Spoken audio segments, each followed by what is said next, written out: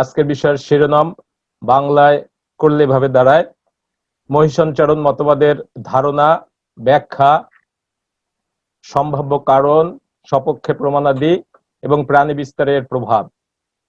তো আগের মতোই বই, জেনারেল বায়োলজি, বাংলাদেশের 3টি বই। তো এই বইগুলো তোমরা সংগ্রহে রাখবে যাতে আগামীতে তোমাদের জন্য আরো সুবিধা হয়। প্রথমে আমরা বর্তমান পৃথিবীর মানচিত্রটা দেখি। Today's world map. দেখো, এটা হচ্ছে এশিয়া। এশিয়ার ঠিক এই ডেল্টা রিজিয়নে বাংলাদেশের অবস্থান। উত্তরের দিকে গেলে এই জায়গায় আছে হিমালয়, তোমার আরবীয় দেশগুলো, এবং এর একেবারে উপরের দিকে আছে রাশিয়া, ইউরোপের অনেকগুলো দেশ, আফ্রিকা, একেবারেই এদিকে চলে এসেছে অস্ট্রেলিয়া। আমরা যদি পশ্চিমের দিকে যাই তাহলে দেখব সাউথ আমেরিকা, নর্থ আমেরিকা। অর্থাৎ বর্তমান যে কন্টিনেন্ট গুলো আছে, এই কন্টিনেন্ট গুলো একটা থেকে আরেকটা অনেক দূরে। যেমন আফ্রিকা এবং সাউথ আমেরিকা এবং আমেরিকার মাঝে আছে আটলান্টিক মহাসাগর, আটলান্টিক ওশান। তোমরা জানো এটা হচ্ছে north Atlantic ocean, south Atlantic ocean. এখানে আছে প্যাসিফিক ওশান বা প্রশান্ত মহাসাগর, এখানে আছে ইন্ডিয়ান ওশান। এভাবে পৃথিবীর মহাদেশগুলো একটি থেকে আরেকটি অনেক দূরে দূরে বর্তমানকালে আমরা এই অবস্থায় দেখতে পাচ্ছি। কিন্তু এখন থেকে প্রায় 32 কোটি বছর আগে, আমরা যখন বিজ্ঞানীরা বলছেন যে এখন থেকে 32 কোটি বছর আগে কার্বনিফেরাস যুগে পৃথিবী মহাদেশগুলো একসাথে হয়েছিল, জড়ো হয়েছিল, একটা সুপার কন্টিনেন্ট ছিল। তখন এই সুপার কন্টিনেন্টে নাম ছিল প্যাঙ্গিয়া। প্যান শব্দের অর্থ হচ্ছে অল, গায়া শব্দের অর্থ হচ্ছে ল্যান্ড।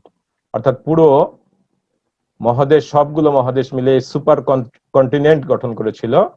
তখন দেখো, নর্থ আমেরিকা বা উত্তর আমেরিকা ইউরেশিয়ার সাথে লেগেছিল, south America, Africa, Antarctica, India এবং অস্ট্রেলিয়া গুলো গায়ে গায়ে লেগেছিল, লেগে এরকম একটা সুপার কন্টিনেন্ট গঠন করেছিল।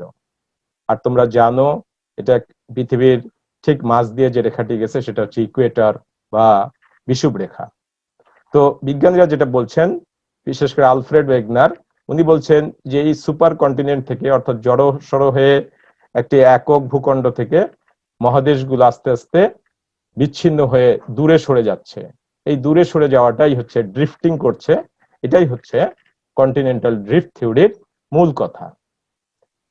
তাহলে আমরা মহিষঞ্চরণ মতবাদটাকে এভাবে বলতে পারি: প্রায় 30 কোটি বছর আগে বা 32 কোটি বছর আগে কার্বনিফেরাস যুগে পৃথিবীর মহাদেশগুলো একত্রিত হয়ে প্যানজিয়া, প্যান শব্দের অর্থ হচ্ছে অল, গায়া শব্দের অর্থ ল্যান্ড, নামক এক বিশাল ভূখণ্ডে পরিণত ছিল।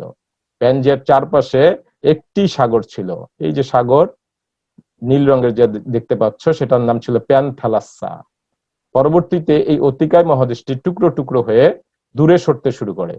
মহাদেশগুলোর এই সঞ্চরণশীলতা, অর্থাৎ বিচ্ছিন্ন হয়ে দূরে সরে যাওয়া এবং তাদের অবস্থানের পরিবর্তনকেই মহিসঞ্চারণ বা মহাদেশীয় সঞ্চারণ বা কন্টিনেন্টাল ড্রিফট থিওরি বলে। ক্লিয়ার? বোঝা গেছে? অর্থাৎ এই যে সুপার কন্টিনেন্ট, এক সময় জড়ো সড়ো হয়ে থাকা, একসাথে লেগে থাকা কন্টিনেন্ট গুলো বহু বছরের ব্যবধানে, প্রায় 30 কোটি বছরের ব্যবধানে আজকের এই অবস্থানে দূরে দূরে সরে যাচ্ছে বা দূরে দূরে সরে গেছে। মাঝখানে অনেক মহাসাগরের সৃষ্টি হয়েছে: আটলান্টিক মহাসাগর, প্যাসিফিক বা প্রশান্ত মহাসাগর, ইন্ডিয়ান বা ভারত মহাসাগর। এই সমস্ত সাগরের সৃষ্টি হতে এই একক মহাদেশ বা সুপার কন্টিনেন্ট, অতিকায় মহাদেশটি আজকের এই অনেকগুলো মহাদেশের অবস্থায় চলে আসছে। এই অবস্থাটির নামই হচ্ছে, বা এই মতবাদটির নামই হচ্ছে, বা এই মতবাদটি হচ্ছে মহিসঞ্চারণ মতবাদ বা কন্টিনেন্টাল ড্রিফট থিওরি। তিনি 1912 Alfred Wegener, a German meteorologist and geologist who first proposed the theory of continental drift. এবং তিনি যে বইটিতে এটি করেছেন, সেটি দি origin of continents and oceans. তার বইটির নাম দি origin of continents and oceans, Alfred. আমরা একটা জিওলজিক্যাল টাইম টেবল দেখতে পাচ্ছি। আমাদের এই জিনিসটা কাজে লাগবে বলে এই জিনিসটা আমাদের জেনে রাখা দরকার। তোমরা জানো পৃথিবীর সৃষ্টির পর থেকে, জীব সৃষ্টির পর থেকে পৃথিবীকে বড় বড় কয়েকটি এরায় ভাগ করা হয়েছে। এরাগুলোকে আবার পিরিয়ডে ভাগ করা হয়েছে। আমরা অল্প করে বলবো, এই প্যালিওজোইক এরার ভিতরে আছে একটি যুগ বা পিরিয়ড, তার নাম হচ্ছে কার্বনিফেরাস। এখন থেকে 30, 33, 32 কোটি বছর আগে, এটা মিলিয়নে আছে, 330 million years ago Carboniferous, Permian, Triassic, Jurassic, Cretaceous, আর বর্তমান এরাটির নাম হচ্ছে সিনোজোইক।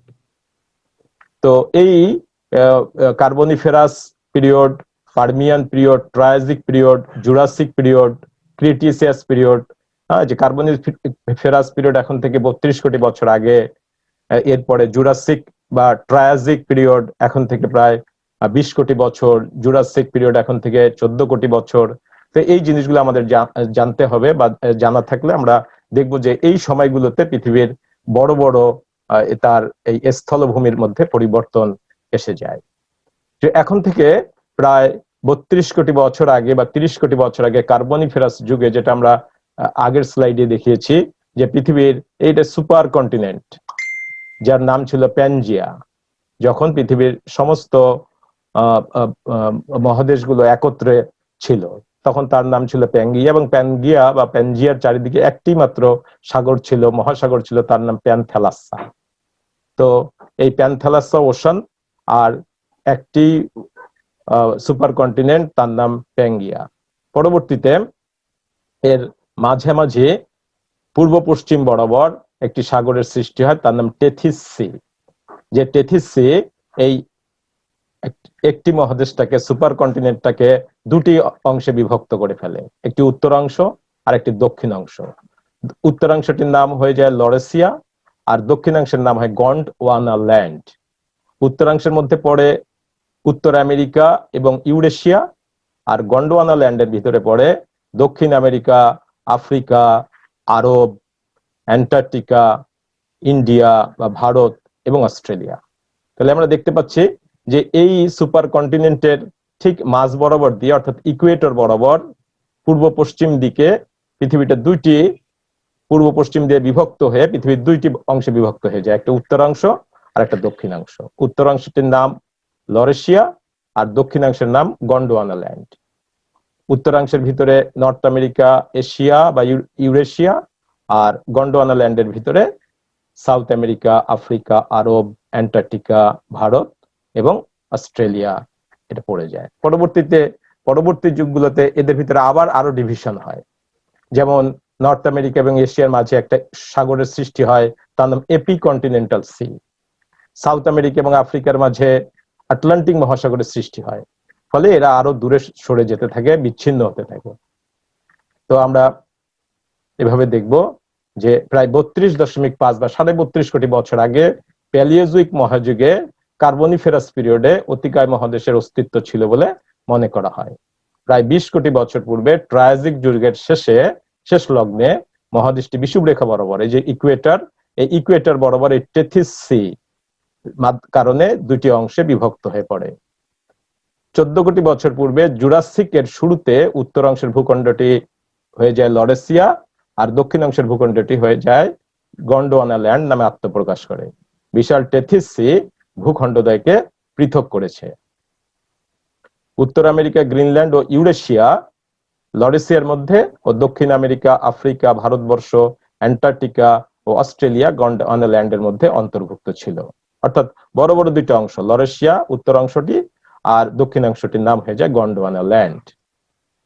গন্ডওয়ানা ল্যান্ড উত্তর আমেরিকা থেকে দূরে সরতে থাকে ও বিভাজিত হতে থাকে।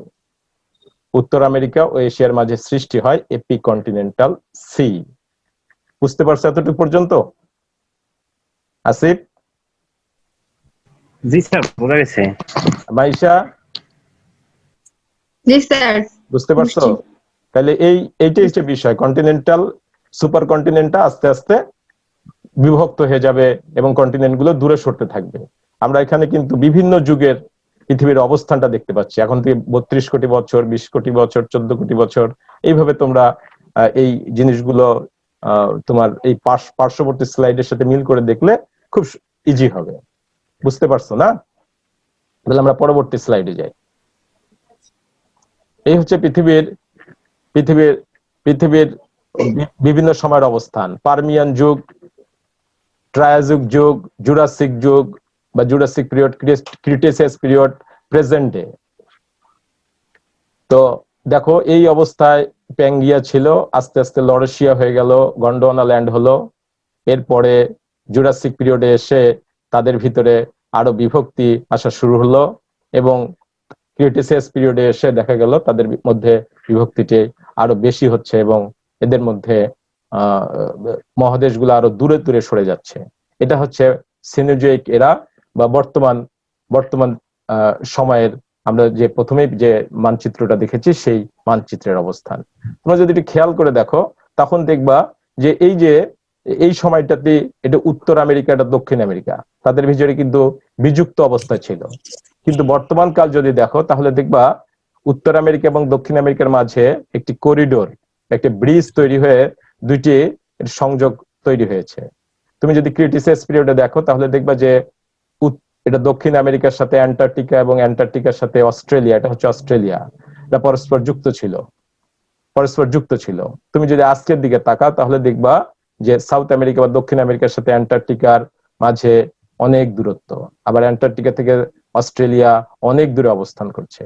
এটা ইন্ডিয়া বা ভারত, অবস্থানটা ছিল ঠিক মকর ক্রান্তি বা তোমরা জানো যে ইকুয়েটর থেকে আরো নিচে মকর ক্রান্তি বরাবর এটি উত্তরের দিকে উঠে যায়। এই উত্তরের দিকে উঠে এসে এটা হচ্ছে ইন্ডিয়া, এই ইন্ডিয়া যেটা এশিয়াকে আঘাত করে এবং এখানে সৃষ্টি হয় হিমালয় পর্বত। তাহলে এই হচ্ছে মোটামুটি এক নজরে কন্টিনেন্টাল ড্রিফট থিওরিতে বিভিন্ন সময়ের অবস্থান। প্রায় 6.5 কোটি বছর পূর্বে ক্রিটিসিয়াসের শেষের দিকে আটলান্টিক মহাসাগর সৃষ্টি হলে দক্ষিণ আমেরিকা থেকে আফ্রিকা বিচ্ছিন্ন হয়ে পড়ে। দক্ষিণ আমেরিকা তখনও অস্ট্রেলিয়ার সাথে অ্যান্টার্কটিকার মাধ্যমে যুক্ত ছিল। আর্লি সিনোজোয়িক, মনে রাখবেন বর্তমান এরাটার নাম হচ্ছে সিনোজোয়িক। আর আর্লি মানে মনে রাখতে হবে যখন এটা শুরু হওয়া মানে হচ্ছে এখন থেকে আরো আগের, আর লেট মানে মনে রাখবা যে কাছাকাছি, প্রেজেন্ট টাইম থেকে। তাহলে আর্লি সিনোজোয়িকে উত্তর ও দক্ষিণ আমেরিকা বিযুক্ত অবস্থায় পশ্চিম দিকে সরে যায় এবং দক্ষিণ আমেরিকা এবং আফ্রিকার মাঝে দূরত্ব বেড়ে যায়। দক্ষিণ আমেরিকার সাথে অ্যান্টার্কটিকার সংযোগ বিচ্ছিন্ন হয়, কিন্তু অস্ট্রেলিয়ার সাথে অ্যান্টার্কটিকার সংযোগ তখনও বজায় ছিল। এই যে অস্ট্রেলিয়ার সাথে অ্যান্টার্কটিকার সংযোগ তখনও বজায় ছিল। লেট সিনোজোয়িক, উভয় আমেরিকা পরস্পর যুক্ত হয়ে যায়। আগে বিযুক্ত অবস্থায় ছিল, পরবর্তীতে আবার কি হয়ে যায়, যুক্ত হয়ে যায়।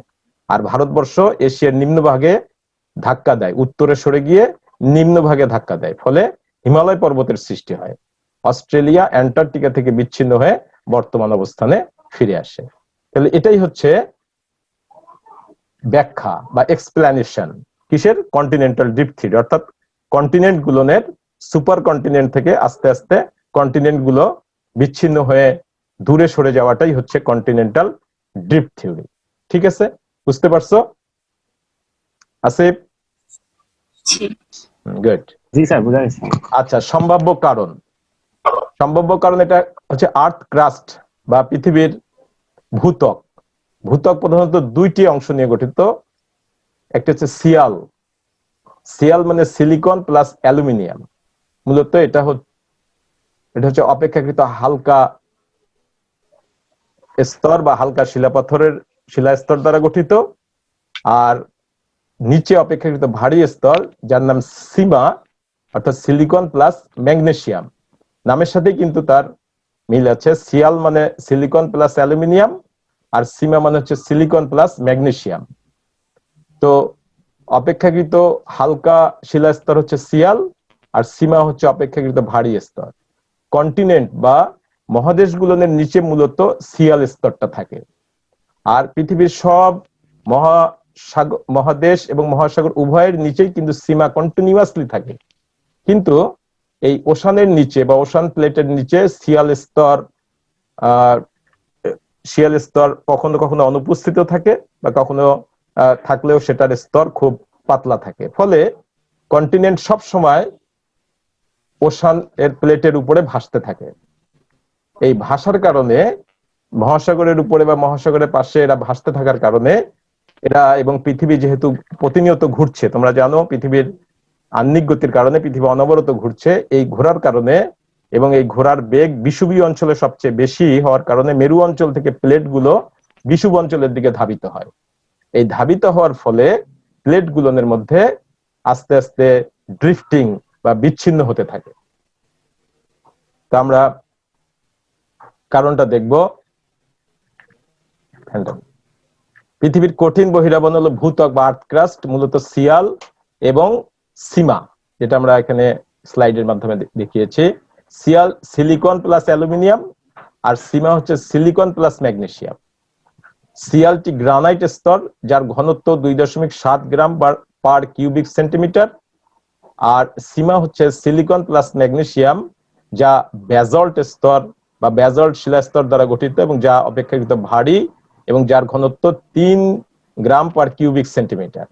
ফলে স্বাভাবিকভাবেই গ্রানাইট দ্বারা গঠিত শিয়াল স্তরটি, এই যে এটি শিয়াল স্তর, এই শিয়াল স্তরটি সীমা স্তরের, অর্থাৎ এই যে আমরা যেটা দেখতে পাচ্ছি সীমা স্তর, যেটা ব্যাজল্ট দ্বারা গঠিত ভারী স্তর, তার উপরে অবস্থান করে। মহাদেশ ও মহাসাগরের তলদেশে সর্বত্রই ব্যাজল্ট সমভাবে বিস্তৃত রয়েছে, অর্থাৎ এই সীমাটা সব জায়গায় আমরা দেখতে পাচ্ছি, যেটা আমরা বলেও আসলাম শিলাস্তরের উপস্থিতি দেখা যায় না। ফলে মহাদেশীয় প্লেটগুলো সর্বদা ভাসমান অবস্থা, এবং মহাদেশগুলোর পৃথক হওয়ার মূল কারণ হলো পৃথিবীর অক্ষ আবর্তনের ফলে সৃষ্ট টানের প্রভাব। এই আবর্তনের বেগ মেরু অঞ্চলে খুব কম এবং নিরক্ষীয় অঞ্চলে অনেক বেশি, অর্থাৎ মেরু অঞ্চল থেকে নিরক্ষীয় অঞ্চলের দিকে যত আসতে থাকবে তত বেগ বৃদ্ধি পেতে থাকবে। ফলে যে টানের সৃষ্টি হয় তার প্রভাবে যে কোনো ভাসমান পদার্থ মেরু অঞ্চল হতে নিরক্ষীয় অঞ্চলের দিকে ধাবিত হয়। এ কারণে মহাদেশগুলো পরস্পর থেকে পৃথক হচ্ছে বা ড্রিফট করছে। বোঝা গেছে? বুঝতে পারছো কি? গুড। এটাই হচ্ছে মূলত তার সম্ভাব্য কারণ বা পসিবল কজ। আমরা এখানে দেখতে পাচ্ছি আরেকটি তত্ত্ব আছে, আধুনিক প্লেট টেকটনিক তত্ত্ব, যার মতে বলতেছে অনন্য, মানে অ্যাটলিস্ট 20টি সঞ্চালনমান প্রস্তরময় প্লেট দ্বারা পৃথিবীর ভূখণ্ড গঠিত। তবে অনেকেই বলতেছেন এরকম ছোট বড় 27টি প্লেট নিয়ে পৃথিবীর এই ভূত্বক বা আর্থ ক্রাস্ট গঠিত। তাহলে এটাই হচ্ছে সম্ভাব্য কারণ। আমরা পরবর্তী স্লাইডে যাই। পরবর্তী স্লাইড হচ্ছে তার প্রমাণাদি বা এভিডেন্স। কন্টিনেন্টাল ড্রিফট থিওরির জন্য একটি আমি ভিডিও ওখানে ডাউনলোড করেছি। ভিডিওতে 5টি এভিডেন্স আছে: matching of continents, jigsaw fit movement, rocks of same age across the oceans, 3 number হচ্ছে টিলাইট, 4 নম্বর প্লেসার গ্লেসিয়েশন। প্রথমে যে জিগস ফিট বা এটাকে ভৌগোলিক প্রমাণও বলা যায়, অর্থাৎ এই দেখো কোন একটা অংশকে টুকরো, যেমন এটা হচ্ছে তোমরা জানো আফ্রিকা আর এটা হচ্ছে সাউথ আমেরিকা, একটির পশ্চিম তট আর একটা পূর্ব তট একত্রে মিলিত হয়ে যায়। ফলে বোঝা যাচ্ছে, এনার নাম হচ্ছে এডওয়ার্ড পোলার্ড। 1964 সালে ইনি বলছেন যে এই পৃথিবী অবশ্যই একক ভূখণ্ড ছিল। এটাই হচ্ছে জিগস অফ হিট। 2 নম্বর হচ্ছে রক্স অফ সেম এজ। পৃথিবীর বিভিন্ন মহাদেশগুলোর ভিতরে যে রক্সের উপস্থিতি আছে, অর্থাৎ পাথরের উপস্থিতি আছে, সেটা রেডিওমেট্রিক ডেটিং পদ্ধতিতে দেখা গেছে যে তাদের বয়স মোটামুটি ভাবে একই রকম। এই দেখো, এটা তাদের ভিতরে একটা কোরিলেশন আছে। তাদের ভিতরে একটা, এটা হচ্ছে ব্রাজিলের পশ্চিম উপকূল, আর এখানে হচ্ছে আফ্রিকার অ্যাঙ্গোলা। এই উপকূলগুলো যদি দেখি তাহলে দেখব যে তাদের যে রক্স বা তাদের যে শিলাপাথর, এই শিলাপাথরের বয়স বা তাদের রেডিওমেট্রিক পদ্ধতিতে দেখা যায় যে তাদের বয়স একই। এটা হচ্ছে শিলাস্তর, এর শিলাস্তরের প্রমাণ আমরা বলতে পারি। যেমন এদের গঠনটা জুরাসিক পিরিয়ডে, এই জুরাসিক পিরিয়ডের যেহেতু তারা নিশ্চয়ই এক সময় একই ভূখণ্ড ছিল এবং একই সময়ে তাদের মধ্যে এই শিলাপাথরের সৃষ্টি হয়। 3 নম্বর হচ্ছে টিলাইট। টিলাইট হচ্ছে এই তোমার গ্লেসিয়ারের নিচে শিলাপাথরের ডেব্রিস। তো এটা প্রমাণ করে যে এই গন্ডোয়ানা ল্যান্ডের যখন তাদের ভিতরে লরেশিয়া থেকে গন্ডোয়ানা ল্যান্ড বিচ্ছিন্ন হয়ে যায়, এই বিচ্ছিন্ন হওয়ার বেশ কয়েকটি, যেমন ফকল্যান্ড, মাদাগাস্কার, অ্যান্টার্কটিকা, অস্ট্রেলিয়া, এ সমস্ত এলাকার গ্লেসিয়ার যে বা এই টিলাইট যেটা গ্লেসিয়ারের নিচে সঞ্চিত হয়েছে সেটা একই সময়ে। তো নিশ্চয় তারা এক সময় কি ছিল, একটা একক ভূখণ্ড ছিল। একক ভূখণ্ড হওয়ার কারণে এই টিলাইটটা একই সময়ে সৃষ্টি হয়েছে, ফলে এই সমস্ত জায়গায় টিলাইট পাওয়া যাচ্ছে। যে টিলাইট প্রমাণ করে যে এই সমস্ত অঞ্চলগুলো, মহাদেশগুলো একসময় কি ছিল, একত্রে একত্রে ছিল, জড়াজড়ি হয়েছিল। গন্ডোয়ানা ল্যান্ড এর সময় এটা দেখা যায়। 3 নম্বর হচ্ছে প্লেসার ডিপোজিট। প্লেসার ডিপোজিট হচ্ছে, আমরা মূলত জানি যে মূল্যবান যে সমস্ত পদার্থগুলো আছে, যেমন সোনা, এই সমস্ত জিনিসগুলো খনি থেকে উত্তোলিত হয়। কিন্তু তোমরা যদি দেখো, মজার ব্যাপার হচ্ছে, আমরা যদি ব্রাজিলের উপকূলে যাই এবং ঘানার উপকূলে যাই, তাহলে এভাবে নদী তীরবর্তী বা সাগরের তীরবর্তী এলাকায় এই তোমার এই প্লেসার গুলো, অর্থাৎ এই সমস্ত অত্যন্ত মানে মূল্যবান মিনারেল গুলো এরকম ভেইনস এর মাধ্যমে, নালার মাধ্যমে জমা হয়। এবং জমা হয়ে সেখান থেকে কিন্তু আমরা যেমন খনি থেকে সোনা ইত্যাদি আহরণ করি, কিন্তু ব্রাজিল এবং ঘানাতে কিন্তু এই অবস্থাটা সৃষ্টি হয় না। তারা দেখো তোমরা কিভাবে সেখানে সোনা আহরণ করে। এই হচ্ছে ব্রাজিলের উপকূল, ঘানার উপকূল এবং এখানে ব্রাজিলের উপকূল, যেখানে গোল্ড এক্সট্রাকশন খনি থেকে হয় না। এভাবে পাহাড় কেটে, অর্থাৎ ওই যে প্লেসার ডিপোজিট, অর্থাৎ ইয়া থেকে তোমার ভেন্স থেকে, পাহাড়ের যে ভেন্স, নদীর উপকূলের যে সমুদ্র উপকূলের যে ভেন্স, এই যে ভেন গুলো থেকে তারা এগুলো সংগ্রহ করে। তো দেখো, ঘানা হচ্ছে আফ্রিকায় আর ব্রাজিল সাউথ আমেরিকায়। নিশ্চয়ই দুটো মহাদেশ কি ছিল, এক সময় একত্রে ছিল। তাহলে এটা একটি প্রমাণ। 5 নম্বর প্রমাণ হচ্ছে ডিস্ট্রিবিউশন অফ ফসিল। এক সময়ের জীবের যে অস্তিত্ব, এই দেখো এটা হচ্ছে ফসিল। এই ফসিল প্রমাণ করে যে এই সমস্ত অঞ্চলগুলো এক সময় একত্রে ছিল। এটা হচ্ছে লেমুর। লেমুর মাদাগাস্কারে পাওয়া যাবে। লেমুর এটা আফ্রিকার দক্ষিণাঞ্চল, আফ্রিকার দক্ষিণাংশে পাওয়া যাবে, এবং এর ফসিল আমরা ভারতেও পাবো। ফলে নিশ্চয়ই এই এনিমেল বা এই ল্যান্ডটা কি ছিল, এক সময় একত্রে ছিল। এই জিয়া এবং জিম্বাবুয়ে, এখানে লেমুরের উপস্থিতি প্রমাণ করে। এই লিমুরের উপস্থিতি প্রমাণ করে যে ওই ল্যান্ড তিনটি কি ছিল এক সময়। এখানে 3টি লাংফিশের, অস্ট্রেলিয়ান লাংফিশ আরো বড় করে ভালো করে দেখানো হয়েছে। অস্ট্রেলিয়ান লাংফিশ, বৈজ্ঞানিক নাম Neoceratodus forsteri. African lungfish Protopterus annectens. আর South American lungfish Lepidosiren paradoxa. দেখো কত সুন্দর অ্যানিমেল, কিন্তু এরা উত্তরাংশে, অর্থাৎ লরেশিয়ার অঞ্চলে, অর্থাৎ নর্থ আমেরিকা এবং ইউরোপে পাওয়া যাবে না। এরা কিন্তু এই দক্ষিণাংশের 3টি মহাদেশে সীমাবদ্ধ। তাহলে এই কথাটাই হচ্ছে বায়োলজিক্যাল এভিডেন্স বা জীবতাত্ত্বিক প্রমাণ। দক্ষিণ আমেরিকা, আফ্রিকা, অস্ট্রেলিয়া, দক্ষিণাংশের এই 3টি মহাদেশ, এই দৌড়বাজ পাখি, সাইডনেক কচ্ছপ ও লাংফিশের উপস্থিতি এই মতবাদের সপক্ষে উত্তম দৃষ্টান্ত। আজকে জীবন্ত লাংফিশ, যে কথাগুলো বললাম, যখন দক্ষিণাংশের মহাদেশগুলো এক সময় একত্রে জড়াজড়ি করে গন্ডোয়ানা ল্যান্ডের উপস্থিতি প্রমাণ করে, ও পরে মহিষঞ্চরণের মাধ্যমে যে কন্টিনেন্ট গুলো বিচ্ছিন্ন হয়ে যায় এবং তারা কিন্তু ওই অঞ্চলগুলোতেই সীমাবদ্ধ হয়ে পড়েছে, সেটাই কন্টিনেন্টাল ড্রিফট থিওরির সপক্ষে এটা একটা খুব সুন্দর বা উত্তম প্রমাণ। বুঝতে পারছো শান্ত? বুঝতে পেরেছি, মনোযোগ দিয়ে দেখছিলাম। নাইম বুঝতে পারছো? নাইম, মাইশা?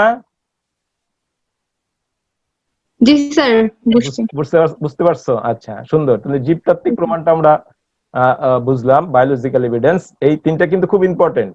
লাংফিশ, এটা আমাদের মনে রাখতে হবে, এবং এটা আমাদের এমসিকিউর জন্য কিংবা 4 মার্কের জন্য অনেক সময় খুব ইম্পর্টেন্ট, বা ভাইবা বোর্ডেও খুব দরকার। লাংফিশ, লাংফিশ কি, লাংফিশের প্রজাতি কোথায় কোথায় আছে, লাংফিশের 2-একটা লাংফিশের বৈজ্ঞানিক নাম বলো দেখি। এইভাবে অনেক সময় প্রশ্ন তোমাদেরকে করতে পারে অনেক জায়গায়। শুধুমাত্র যে পরীক্ষার জন্যই না, তুমি যেহেতু বায়োলজিক্যাল সায়েন্সের স্টুডেন্ট, জুওলজির স্টুডেন্ট, অতএব তোমার এই জিনিসগুলো জানতে হবে।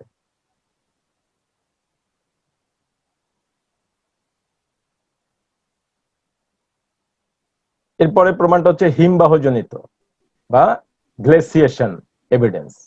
যেহেতু হিমবাহটা পড়েছে প্লিস্টোসিন সময়ে, এই জন্য এটাকে বলা হয় প্লিস্টোসিন গ্লেসিয়েশন। দেখো ওই সময়ে পৃথিবীর উত্তরাংশের আইস শিট অর্থাৎ মেরু তুষার ঢল দক্ষিণের দিকে পরিযান ঘটে বা দক্ষিণে নেমে আসে। দক্ষিণে নেমে আসার কারণে এই এনিমেল তো জীবন বাঁচার তাগিদে কি করবে, উত্তর থেকে দক্ষিণে পরিযান ঘটাবে। উত্তর থেকে দক্ষিণে পরিযান ঘটাবে, তো বড় কাছে ছিল এবং এই তুষার ঢল বা আইস শিট পাশাপাশি মহাদেশগুলোর ভিতরে সংযোগে স্থাপন করছে, ফলে এনিমেল গুলো খুব সুন্দরভাবে উত্তরাংশ থেকে দক্ষিণের দিকে পরিযান ঘটাতে পারছে। যেমন তোমরা নিশ্চয় জানো আজকে হাতির কথা। হাতি হচ্ছে একটি উত্তরাংশের এনিমেল, কিন্তু আমরা হাতিকে বর্তমানে দেখতে পাই বড় বড় দুইটা মহাদেশে। একটা হচ্ছে এশিয়ান মহাদেশে, তার নাম এশিয়ান হাতি এলিফাস ম্যাক্সিমাস। আর যদি তুমি যাও আফ্রিকায়, তাহলে ওখানে হাতি আমরা দেখতে পাবো লক্সোডন্টা আফ্রিকানা। এভাবে টাপিরকেও আমরা দেখতে পাবো, টাপির উত্তরাংশের এনিমেল, কিন্তু বর্তমানে সে এই সাউথ আমেরিকায় এবং তোমার হচ্ছে এই মালয় অঞ্চলে অর্থাৎ মালয়েশিয়ার এই অঞ্চলে দেখা যায়। মালয়েশিয়া যেটা, সেটার নাম হচ্ছে টাপিরাস ইন্ডিকাস। আর সাউথ আমেরিকায় 3টি প্রজাতি আছে, টাপিরাস পিনচাকি, টাপিরাস বায়ার্ডি, টাপিরাস টেরেস্ট্রিস। তো যাই হোক, আমরা হিমবাহজনিত প্রমাণের ক্ষেত্রে দেখব যে 1 মিলিয়ন বছর আগে প্লিস্টোসিন যুগে থেমে থেমে কয়েকবার মেরু তুষার ঢল উত্তর গোলার্ধ থেকে বিষুবীয় অঞ্চলের দিকে নেমে আসে। ওই সময় উত্তর মেরুর অসংখ্য স্তন্যপায়ী প্রাণী দক্ষিণ দিকে পরিযান ঘটায়। কিছু প্রাণী প্রচন্ড ঠান্ডায় মারা যায়, আর কিছু দক্ষিণ গোলার্ধে মহাদেশগুলোতে বাস্তুহারা হয়ে পড়ে। অর্থাৎ এই অঞ্চলে আসে তাদের আদি নিবাস থেকে দক্ষিণের এই অঞ্চলগুলোতে তারা বসতি স্থাপন করে। এর মধ্যে যে এনিমেল গুলোর এখানে নাম আছে, ম্যামথ। ম্যামথ প্রচন্ড ঠান্ডায় সে মারা যায়, সে আর আসতে পারে না। হাতির কথা তোমাদেরকে বললাম, টাপির এটাও দক্ষিণাংশে এসে বসতি স্থাপন করে। প্রভৃতি প্রাণী এভাবে দক্ষিণাংশে গমনে বাধ্য হয়। ম্যামথ অচিরেই পৃথিবী থেকে নিশ্চিহ্ন হয়ে যায়, টাপির ও হাতি দক্ষিণাংশে এসে কলোনি গড়ে তোলে। এটা এই হিমবাহজনিত প্রমাণটা হচ্ছে একটা আমাদের কন্টিনেন্টাল ড্রিফট থিওরির মহিসঞ্চারণের বা মহাদেশীয় সঞ্চারণের একটি উল্লেখযোগ্য প্রমাণ। এরপরে আমরা আসবো যে impact of animal distribution. Continental drift theory কি ইম্প্যাক্ট ফেলছে অ্যানিমেলের ডিস্ট্রিবিউশনের উপরে, প্রাণী বিস্তারের উপরে। তো মহাদেশগুলো যখন পরস্পর থেকে দূরে সরতে শুরু করে, তখন মাছ, উভচর সরীসৃপ ও অন্যান্য নিম্ন শ্রেণীর মেরুদণ্ডী, যেটা একটু আগে তোমাদেরকে বললাম যে প্রাণীরা সুপ্রতিষ্ঠিত ছিল, কেননা গন্ডোয়ানা ল্যান্ড হতে সৃষ্ট অঞ্চলগুলির মধ্যে মাছ, উভচর, সরীসৃপের বিস্তারে একই অবস্থা পরিলক্ষিত হয়। এদের ভিতরে তেমন কোনো অন্য কোনো বৈচিত্র্য নাই। তাই প্রতিটি অঞ্চলেই এক প্রাণীর প্রতিনিধি কম বেশি দেখা যায়। দক্ষিণ আমেরিকা, আফ্রিকা ও অস্ট্রেলিয়ায় এই কারণে লাংফিশ পাওয়া যায়। লাংফিশ আমরা দেখতে পাইলাম যে গন্ডোয়ানা ল্যান্ড যখন সৃষ্টি হওয়ার মানে গন্ডোয়ানা ল্যান্ড যখন এশিয়া থেকে পৃথক হয়ে গেল, তখন এই ধরনের মাছের অরিজিন বা মাছের আবির্ভাব হওয়ার কারণে এবং এই অঞ্চল গন্ডোয়ানা ল্যান্ড যখন পৃথক হতে শুরু করলো, তখন এই দক্ষিণাংশের এই সমস্ত অঞ্চলেই আমরা লাংফিশের উপস্থিতি দেখতে পেলাম।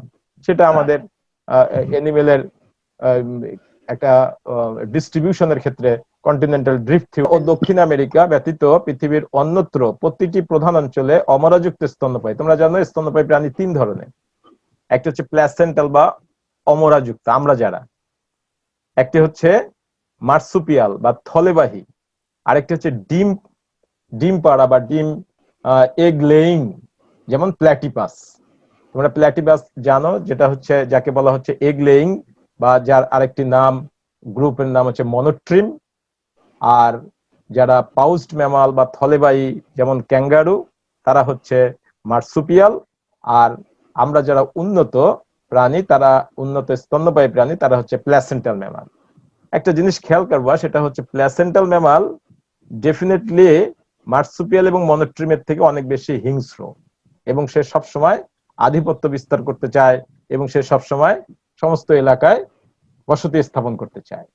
তো মজার ব্যাপার হচ্ছে কন্টিনেন্টাল ড্রিফট থিওরিতে যখন অস্ট্রেলিয়া আস্তে আস্তে দূরে সরতে থাকে তখনও কিন্তু তোমার প্ল্যাসেন্টাল ম্যামলের আবির্ভাব বা প্ল্যাসেন্টাল ম্যামল অস্ট্রেলিয়ান রিজিয়নে যাইতে পারেনি। ফলে আজকে আমরা অস্ট্রেলিয়ান রিজিয়ন জুড়ে ক্যাঙ্গারুর উপস্থিতি দেখতে পাই। অস্ট্রেলিয়ান অঞ্চলে আমরা প্ল্যাটিপাসের উপস্থিতি দেখতে পাই। অস্ট্রেলিয়ান অঞ্চলে 6টি গোত্রের মার্সুপিয়াল এবং 2টি গোত্রের মনোট্রিম বা এগলেইং ম্যামল দেখতে পাবো। ঠিক আছে, তোমরা প্ল্যাটিপাসের নাম শুনছো না? হ্যালো, হ্যাঁ প্ল্যাটিপাস, হ্যাঁ তাহলে এই প্ল্যাটিপাস হচ্ছে এগলেইং ম্যামল, অপেক্ষাকৃত আদিম ম্যামল এবং আগে আসা ম্যামল। তো কন্টিনেন্টাল ড্রিফট থিওরিতে দারুণ একটা প্রমাণ করতেছে এটা, যে যখন আস্তে আস্তে অস্ট্রেলিয়ান রিজিয়নটা দূরে সরতে থাকে তখন পর্যন্ত প্ল্যাসেন্টাল ম্যামলের ওই অঞ্চলে যাওয়ার মতো, অর্থাৎ অরিজিন হয়ে অঞ্চলে যাওয়ার মতো সময় হয়নি। ফলে তোমার অস্ট্রেলিয়ান রিজিয়নটাতে ব্যাপকভাবে এই সমস্ত আদিম স্তন্যপায়ী, দ্যাট মিনস মনোট্রিম এবং মার্সুপিয়াল এর ডাইভার্সিফাইড হয়েছে, ব্যাপক বিস্তার হয়েছে, তারা সমস্ত এলাকায় ছড়িয়ে পড়ছে। ঠিক একই রকম ঘটনা সাউথ আমেরিকাতেও ঘটছে। কিন্তু সাউথ আমেরিকার ব্যাপারটা হচ্ছে, তোমরা নিশ্চয়ই যদি একটু খেয়াল করে দেখো, আমি প্রথমে বলছিলাম সাউথ আমেরিকা একসময় উত্তর আমেরিকা থেকে বিচ্ছিন্ন ছিল, কিন্তু পরবর্তীতে একটা করিডোর দিয়ে কি হয়েছে, তারা আবার যুক্ত হয়েছে। যখন এই করিডোর দিয়ে যুক্ত হয়েছে তখন উত্তর আমেরিকা থেকে অনেক প্ল্যাসেন্টাল ম্যামল সাউথ আমেরিকায় ঢুকছে বা দক্ষিণ আমেরিকায় ঢুকছে, ঢুকে ওই সমস্ত মার্সুপিয়াল এবং মনোট্রিমদেরকে কি করছে, মেরে ফেলছে এবং তারা তাদের জায়গায় বসতি স্থাপন করছে। এই বিষয়টাই হচ্ছে কন্টিনেন্টাল ড্রিফট থিওরির অ্যানিমেল ডিস্ট্রিবিউশনে তার প্রভাব। তাহলে মায়োসিন এবং প্লায়োসিন এই যুগে, অর্থাৎ এখন থেকে 2.5 কোটি এবং 1.5 কোটি এই বছরের ব্যবধানে অস্ট্রেলিয়া এবং দক্ষিণ আমেরিকা ব্যতীত পৃথিবীর অন্যত্র প্রতিটি প্রধান প্রধান অঞ্চলে অমরাযুক্ত স্তন্যপায়ী বা প্ল্যাসেন্টাল ম্যামাল বা অপেক্ষাকৃত হিংস্র যে স্তন্যপায়ী প্রাণীটি, তারা কি করে, আদি মনোট্রিম অর্থাৎ এগলেইং ম্যামাল ও মার্সুপিয়ালদের কোণঠাসা করে মেরে ফেলে। 2টা অঞ্চল ব্যতীত, একটি অস্ট্রেলিয়া আরেকটি হচ্ছে দক্ষিণ আমেরিকা। অমরাযুক্ত স্তন্যপায়ীদের সমৃদ্ধি ঘটার পূর্বেই অস্ট্রেলিয়া ও দক্ষিণ আমেরিকা মূল ভূখণ্ড থেকে বিচ্ছিন্ন হয়ে পড়ে, কিসে হিসেবে, কন্টিনেন্টাল ড্রিফট থিওরির মাধ্যমে। এজন্য বা কন্টিনেন্টাল ড্রিফটের ফলে প্রতিনিয়ত বিচ্ছিন্ন হয়ে যাচ্ছে। এজন্য আদি স্তন্যপায়ীরা বিনা প্রতিদ্বন্দ্বিতায় এই 2টি মহাদেশে স্বাচ্ছন্দ্যে বেড়ে উঠতে থাকে। এখন অস্ট্রেলিয়ায়, একটু আগে আমি তোমাদেরকে বললাম, 2টি গোত্রের মনোট্রিম ও 6টি গোত্রের মার্সুপিয়াল দেখা যায়। আমরা যে ক্যাঙ্গারুর কথা বলি, অস্ট্রেলিয়াকে বলা হয় ক্যাঙ্গারুর দেশ। ক্যাঙ্গারু অ্যাকচুয়ালি একটি মার্সুপিয়াল এনিমেল, এটা আদিম স্তন্যপায়ী প্রাণী। আর প্ল্যাটিপাসের কথা যে বলি, এই প্ল্যাটিপাস যেটা ডিম পাড়ে গোত্র আমরা দেখতে পাবো অস্ট্রেলিয়ায়, এবং 6টি গোত্রের মার্সুপিয়াল, ক্যাঙ্গারু আছে, উমব্যাট আছে, মার্সুপিয়াল মাইস আছে, মার্সুপিয়াল র্যাটস আছে, বান্দিকুট আছে, হ্যাঁ এরকম। আর মনোট্রিমের আন্ডারে 2টি তোমার হচ্ছে গোত্র আছে, ট্যাকিগ্লোসিডি, অর্নিথো রিঞ্চি। এরপরে দক্ষিণ আমেরিকার কথাটা আসবে। দক্ষিণ আমেরিকা কিন্তু উত্তর আমেরিকার সাথে একসময় বিচ্ছিন্ন ছিল, কিন্তু পরবর্তীতে পুনঃসংযোগ ঘটে। ফলে উত্তরাংশের উন্নত ইউথেরিয়ান্স মানে ওই তোমার উন্নত স্তন্যপায়ী, দ্যাট মিন্স প্ল্যাসেন্টাল ম্যামালরা কি করে, মধ্য আমেরিকান স্থল সেতু বা সেন্ট্রাল আমেরিকার ল্যান্ড ব্রিজ দিয়ে দলে দলে দক্ষিণ আমেরিকা প্রবেশ করতে থাকে। ফলে অনেক স্থানীয় স্তন্যপায়ী, আদিম স্তন্যপায়ী প্রাণী, মনোট্রিম, মার্সুপিয়াল ইত্যাদি কি হয়, বিলুপ্তি ঘটে।